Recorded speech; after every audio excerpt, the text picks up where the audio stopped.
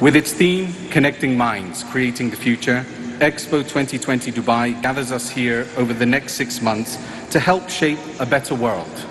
A world where we look beyond our differences and are united in our diversity. A world more compassionate, more resilient. Connecting Minds, Creating the Future. That's Expo 2020's theme and a summary of its grand vision. And this theme is incorporated in every facet of the event, from the design of the space to all the programs being offered. One of these programs is Expo Live, a grant program created to foster the next generation of global innovators. I think there's something about Expo Live as a program and this type of programs being relevant to nowadays. That's Yusuf Kairaz, the Senior Vice President of Expo Live. Part of Yusuf's job for the past 5 years has been to harness inspiration in social entrepreneurs and empower them with the resources to keep looking ahead. You could be part of creating the future, not a bystander or watching it from the bleachers. I think that is what I think we need as a society. In 2018, Expo Live opened its doors for applicants from around the world to apply for an opportunity to win $100,000 and the chance to be in company with leaders who have the same ambition to change the world. We invited entrepreneurs, startups, innovators from wherever they were and said, hey, we're from Expo. Expo is all about innovations and we want to hear yours. But here's the thing. We're really interested in those innovations that are making a positive impact in society as well as our environment. Not by accident, but by design. 11,000 entrepreneurs from all over the world applied. And in the end, 140 global innovators, or GIs as they're called by Expo, from 76 countries received the grant. Of those recipients, a few have tried to answer one specific question. What does it mean to innovate in the mental well-being space? On today's episode, we talk to Yusuf about Expo Live's role in supporting social entrepreneurship in the mental health industry. And to explore the question of mental health innovation, we talk to the founders of 2 mental wellness startups that have received the Expo Live grant. I'm Noon Saleh, and this is Inside Expo, an official podcast of Expo 2020 Dubai, where history is being made.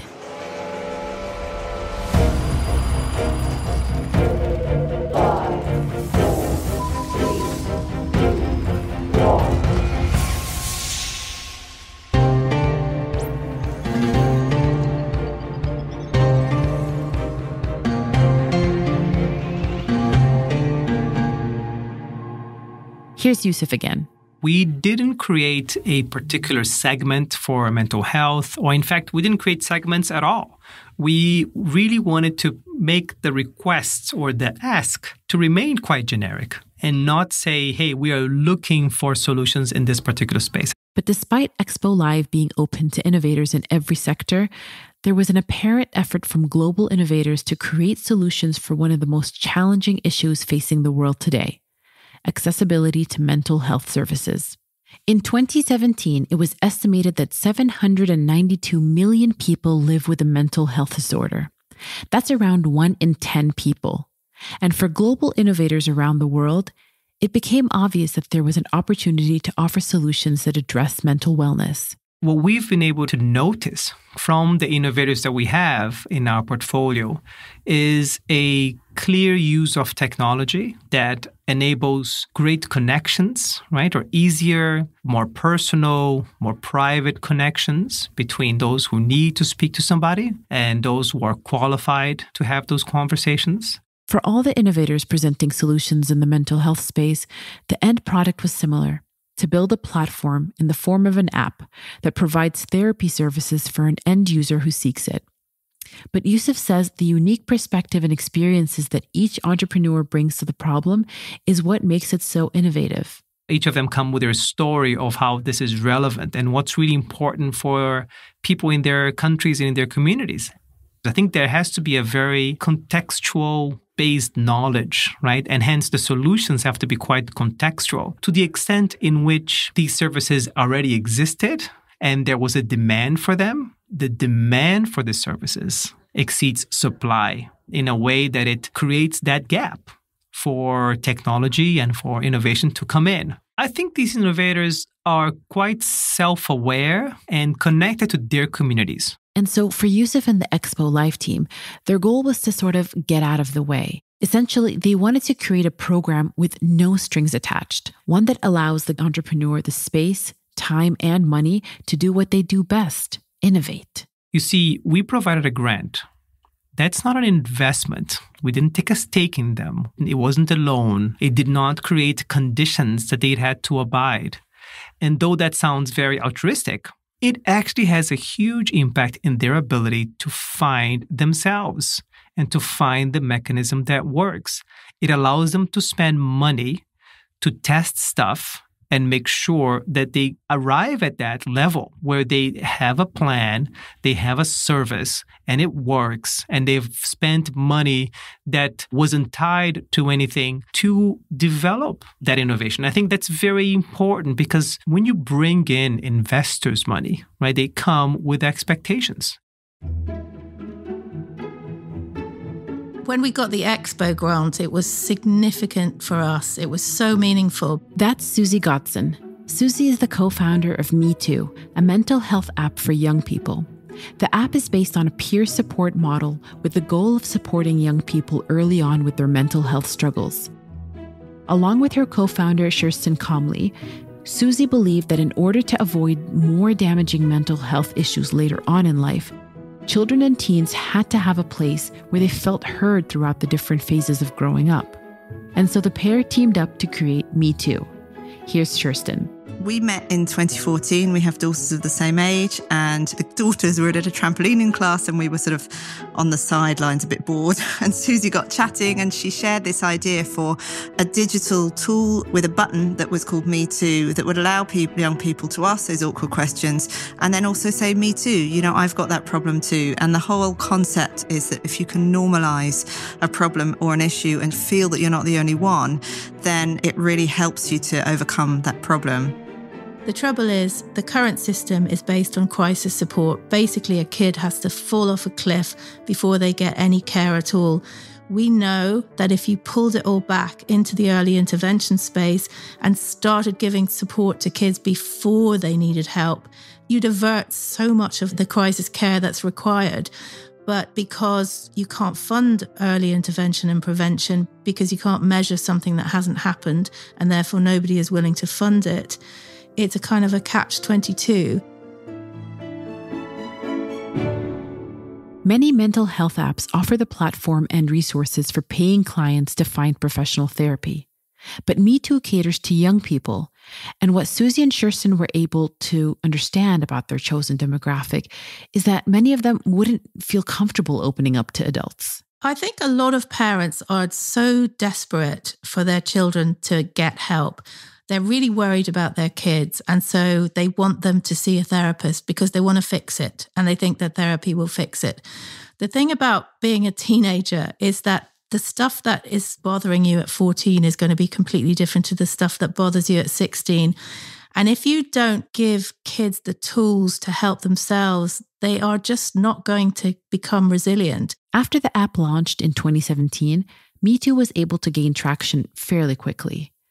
But from early on, Kirsten and Susie understood that one of their biggest challenges was going to be funding. It's free for anybody who stumbles across it. And it's important that it's like that because, of course, which 15-year-old who's struggling with their parents, who's being bullied at school, they're not going to go to their parents and say, can you give me the money to download an app? When we started, we were all about altruism and we were all about solving a big social problem. And suddenly we were supporting thousands of kids and we realized that we didn't have a revenue model. We explored becoming a charity, but we realized that that wasn't for us because the tail wags the dog. Funding drives what you're doing to such an extent. And we really wanted to innovate. Actually, it's very difficult in the tech space if you're working in social impact. Basically, you can't measure prevention, and so it's very difficult to fund. Being able to access grant funding has been crucial for Metoo, especially in its early stages. And the Expo Live grant, when Susie and Kirsten learned about it in 2018, it was just a year into the launch of their app, and it felt like the money came at a do-or-die moment. We knew what we were doing was working. We knew we were acquiring users, but we didn't have the evidence. We probably didn't even have the structures or the people to grow it to the next level. And so the money that we got with the Expo grant allowed us to really make a much more robust business model, to hire people and to take it to the next level. And without that, I'm not sure we would have made it. I mean, Expo Live is something quite exceptional. They took a gamble, if you like, on entrepreneurs and innovations at very early stages and committed to support them through their journey and really recognize that social impact takes time to mature. And there are very few people out there in the world who offer that support and funding and investment. The Expo Live team strive not only to grant participants the finances they needed to secure their ideas, but also to provide a sense of community and solidarity between the applicants. What was really wonderful and very different to any other pitching event I've been to before or since was that they made it very clear that this wasn't a competition among us. You know, normally when you're going to an event, you sort of get this sense that, okay, they're only going to pick 5 of, the total or whatever. They were very clear that we had all made it to that point. We'd submitted our applications, we'd all been selected, and we were being judged on our individual merits, but not compared to each other. And that meant we were all able to relax and get to know each other and build that sort of sense of community. Being part of this incredibly innovative group of GIs and being able to go out to Dubai and feeling part of a community of people who were really trying to make positive changes in the world made us feel connected, made us feel that what we were doing mattered at a global level. Today, Metoo is focused on scaling and discovering new revenue streams that will allow it to grow and still remain free for the users who need it the most. The app supports around 43,000 users from the age of 11 up until people in their 30s.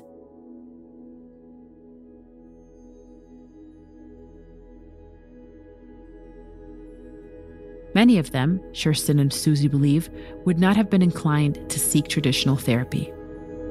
We have 31% who identify as having a disability, and of those, something like 18% are autistic, 17% have ADHD, 11% have learning difficulties, and we have a very, very large LGBT population. And so we didn't go out to try and attract those populations in particular, but of course it makes sense that if you are an autistic child and you want to connect to other children that have your condition, it's very, very difficult.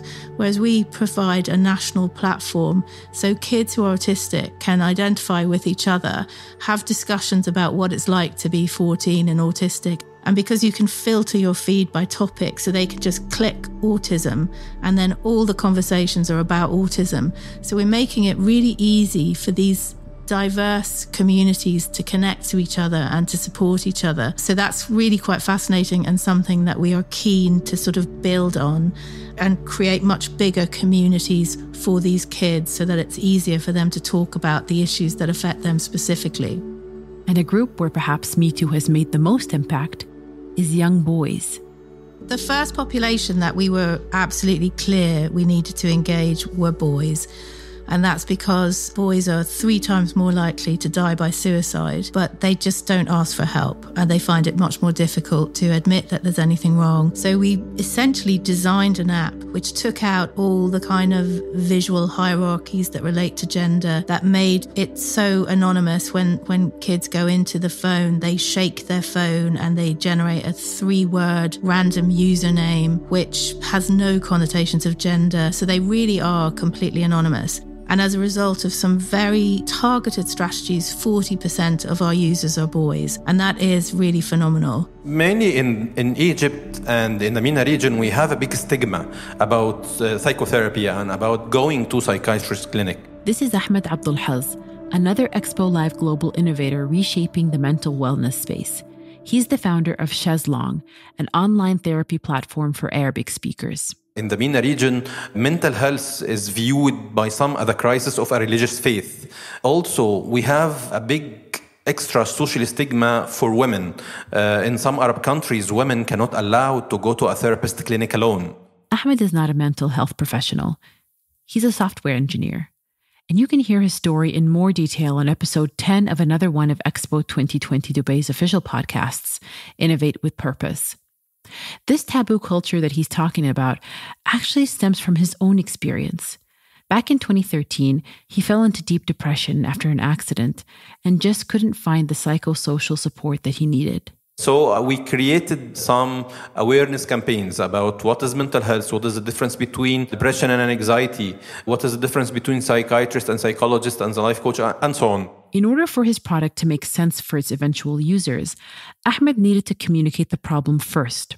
So he reached out to universities and clubs, set up interviews to talk about mental health, and really dismantle the stigma against seeking help. We created a massive awareness campaigns before delivering them the solution. And then, gradually, Shazlong came to life. I developed a platform to connect therapists with anybody need therapy. We mainly provide private and anonymous connections between psychiatrists or psychologists. Simply, you can talk to the therapist in your private room without going to the clinic. The online therapy is more convenient and more efficient to break the stigma. Meaning you don't have to wait awkwardly in waiting rooms where you can be recognized, and so long as you can get online, there seems to be fewer obstacles. In a region where almost 85 million people suffer from some kind of mental disorder, Shazlong seemed to fill a crucial gap. Now we have customers in 80 countries and therapists from 20 countries. Also, we changed the mindset of the therapy practice for doctors. Now, all of doctors in the MENA region using online therapy as a main source of therapy practice, especially after COVID-19 and during COVID-19. And on the other side, you helped a lot of doctors to increase their revenues, increase their practice, diversify their clients from a lot of countries. The mental health landscape wasn't only changing for therapists and those seeking therapy. The Expo Live grant helped Ahmed collaborate on projects with UN Women and the Egyptian Ministry of Social Solidarity to offer support to victims of violence and women in shelters. Ahmed told us that the taboo of mental health still exists, but that it's definitely changed in the last 5 years, and he is not done yet. About Shazlong, definitely expanding horizontal and vertically expanding in other countries. When I started Shazlong, I didn't expect that number of people can use the service. A lot of people directly help them and change their lives. It touched me personally. Inside Expo takes you behind the scenes at Expo 2020 Dubai, sharing our stories and others across the 170-year history of this global event. Learn more by visiting virtualexpodubai.com. Inside Expo is produced by Kerning Cultures Network. We release episodes every Tuesday and Friday. Subscribe to the show on your favorite podcast app so that you don't miss an episode. And if you enjoyed listening to this episode, share it with your friends and leave us a review.